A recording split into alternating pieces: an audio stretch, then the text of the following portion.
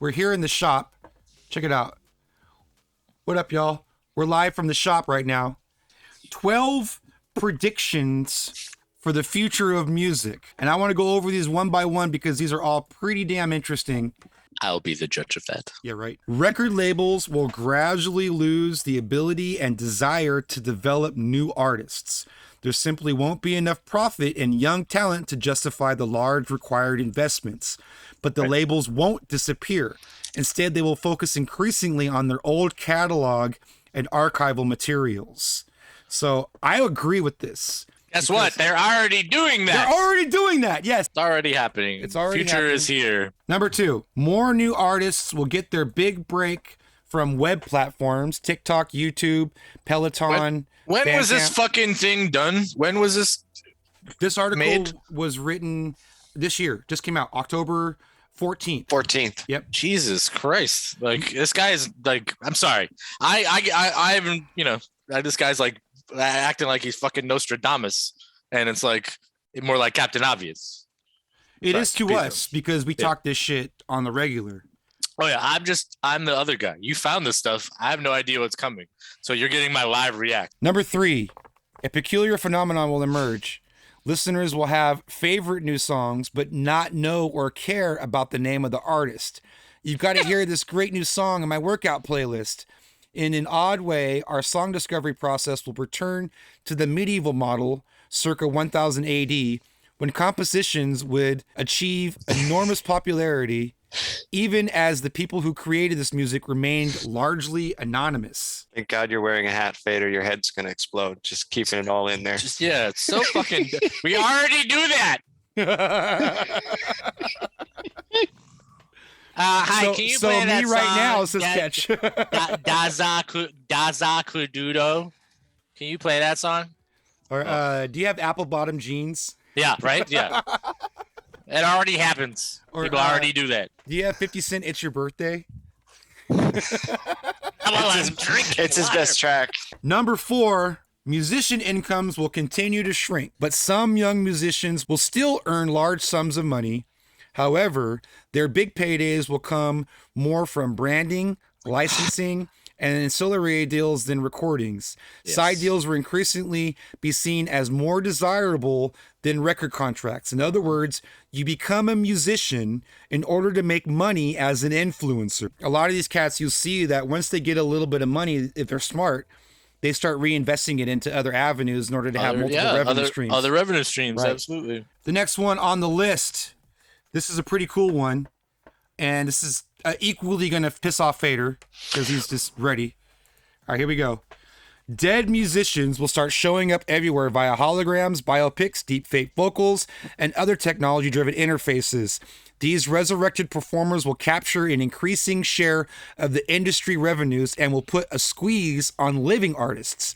This will eventually happen with dead movie stars and other celebrities too, but deceased musicians will lead the trend because it's simpler and cheaper to fake an audio, for example, than a commercial film.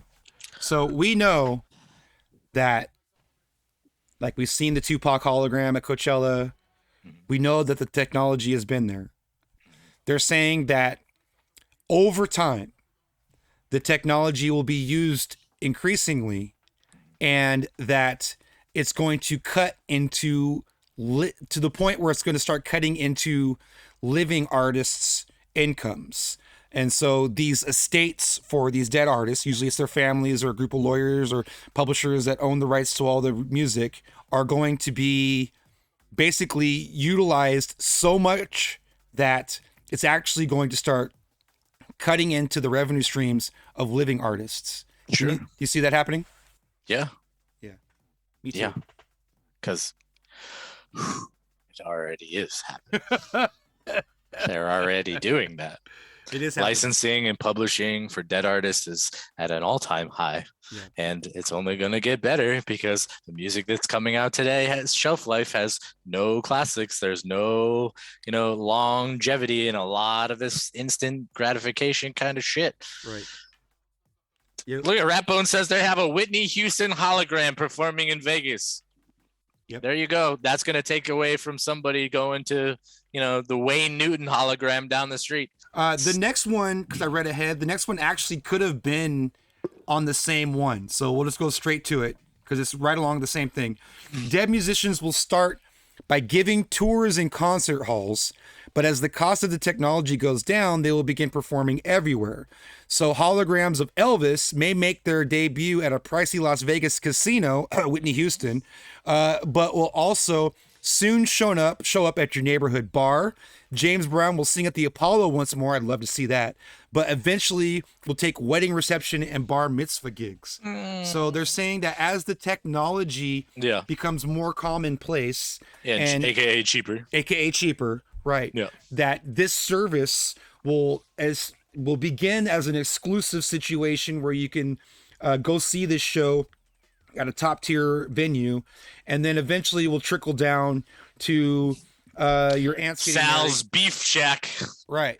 Yeah, exactly. You're going to the local pub or the local bar, the stage bar, and you'll be able to see some band perform on that stage as a hologram. I think that's inevitable, honestly.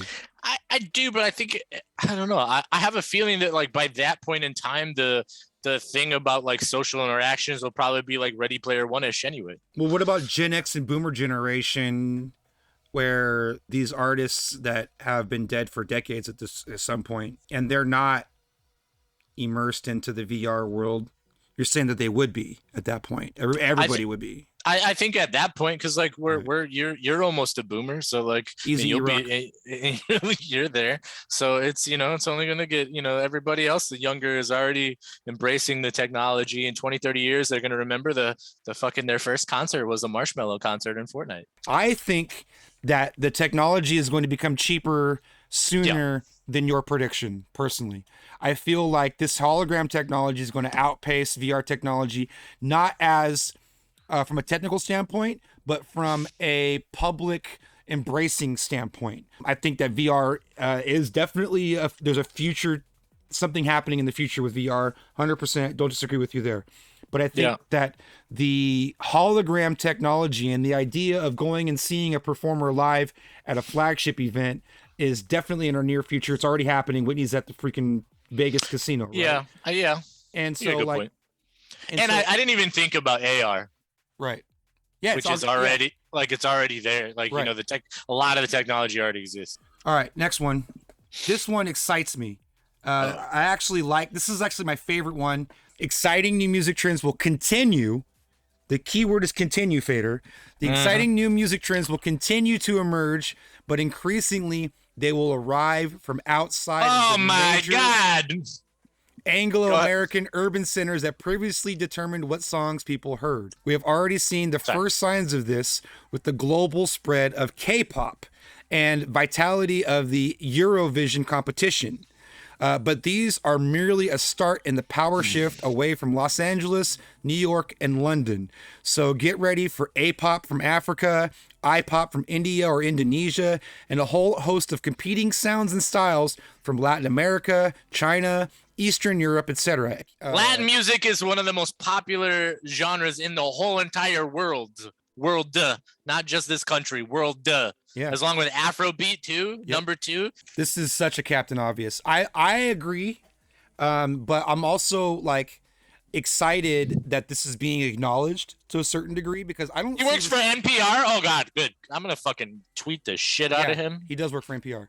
I'm very happy to see this type of stuff being talked about. First of all, K-pop explosion is real.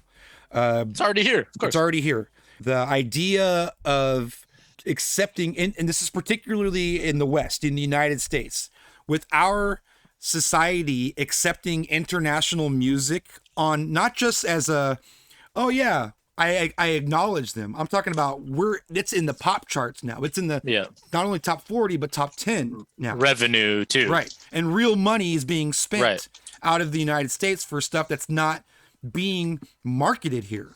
The idea of an international music market and us fully supporting that here in the West is awesome. I think that's definitely something that needs to happen going forward. Where are we at? Number 8. Number 8. Meanwhile, in the United States and the rest of the English-speaking world, the biggest deals in music will be acquisitions of old songs, especially publishing rights.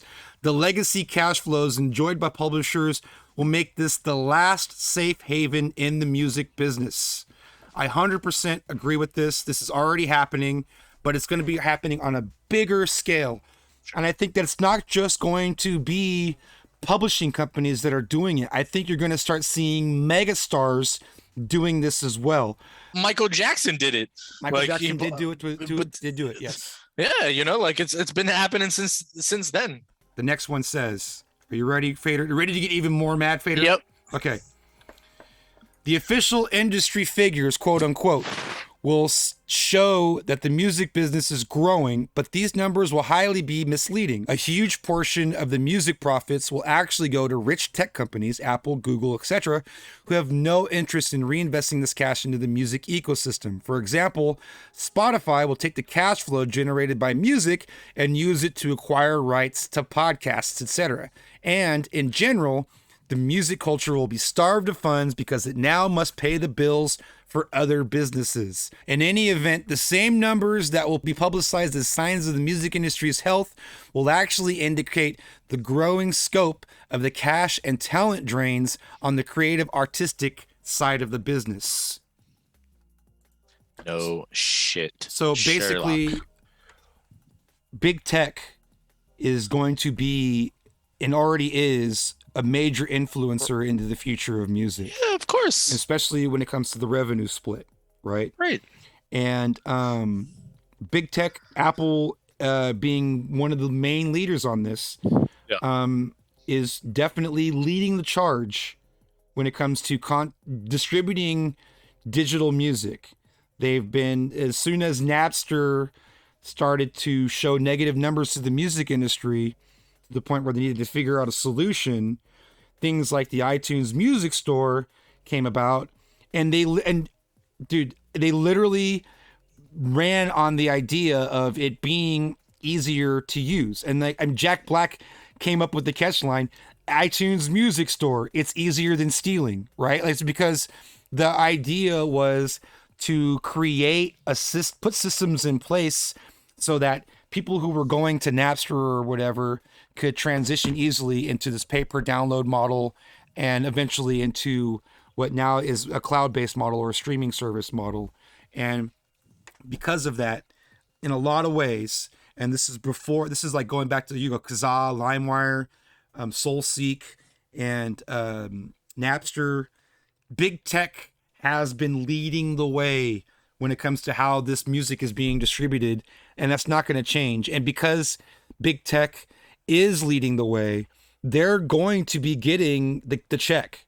And so I could absolutely see it coming to a point where artists are having their incomes supplemented because big tech is not reinvesting the profits back into music.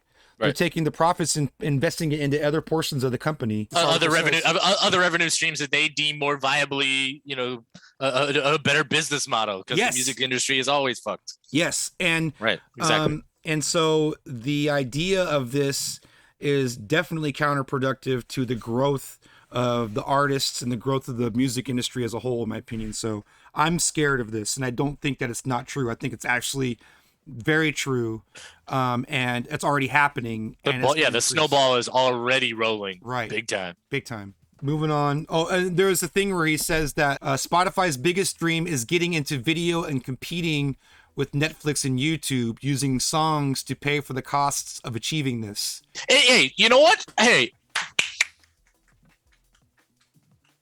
that's something that's not actually happened yet. Right. That is something that is prognosticating, and he's actually trying to make a prediction about something that could or could not happen relatively in the future. Right. Do they have video? Yes. Are they using this for other ways to profit? Is it old videos or old music videos or content or whatever? No, it's not. But he actually made a prediction about something that, could very well happen that is not yet implemented.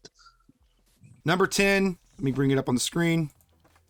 Of the 12 predictions, all the innovations in music tech will come from outside the legacy music industry.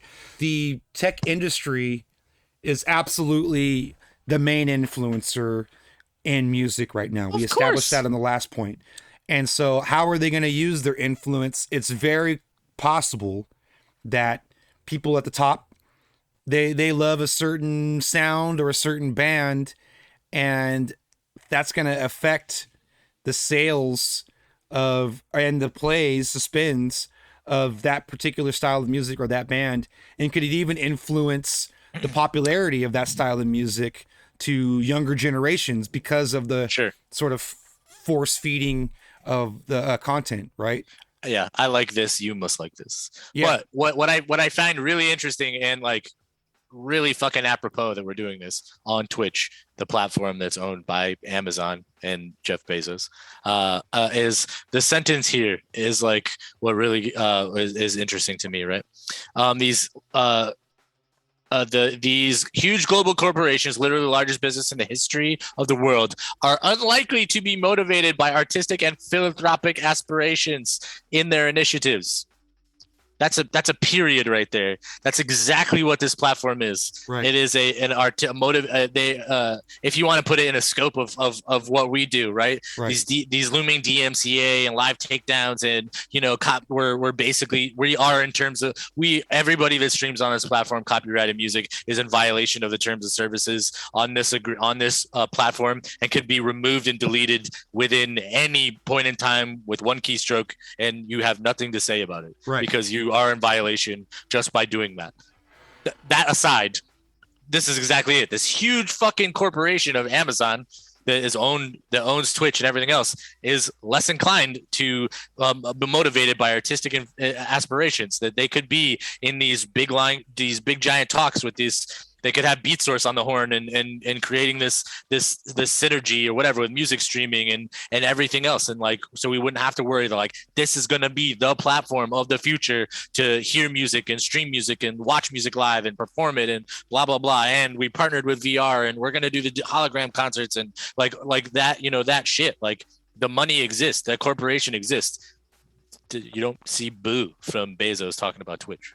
All right, next one on the list, number 11 of 12. Record labels will increasingly pursue a bare bones, low investment approach. A few execs will be able to maintain lavish lifestyles, even in a declining industry, but there won't be much cash for those at lower levels in the organization. Most people working in the music business will be poorly paid with few opportunities for advancement.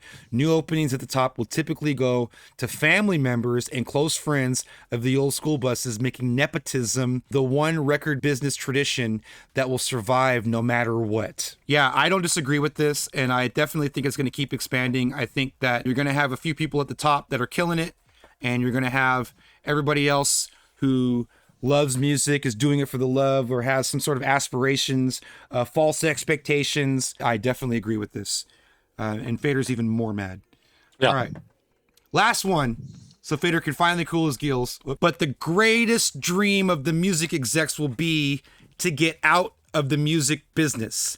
They will try to sell NFTs or promote audiobooks or finance biopics or sell music-themed apparel, or open music-themed casinos, etc., etc. And who can blame them? After collapsing the economics of the record business, they clearly need a new field to destroy. That is a dismal outlook. Ooh. Bon me, massive. Looks like a hoagie, a sub. Ooh, yas. Ooh, yas. Yeah, I agree that the music business is going to keep diversifying. Right, because we just learned within the last the pandemic that all it takes is some, a fucking bat and some soup to fucking cripple everyone. The whole industry got taken down. Right. And so this was eye-opening as shit. And we're not even close to being fully recovered. We're not out of it. Not even close. Not even close. And the live events, even though people are probably seeing live events happening, they are happening. It's not on the scale that it was pre-pandemic. And some of the old dogs who were making money off of old ways saw a huge financial hit. And you can almost guarantee that they're taking the money that they have and investing it outside of the music industry because of it. and 100%. And so, yeah, that's a given. That's my Captain Obvious. That's absolutely for sure. Right. So what is your overall opinion on this chat and Fader? What do you guys think? He isn't wrong. Okay. But he's not wrong because this stuff already exists. My whole thing is that he's like I'm the messenger, this is a crystal ball, like blah blah blah, like I'm I'm peering into my crystal ball and predict the next decade in music. No, what you're talking about is right now.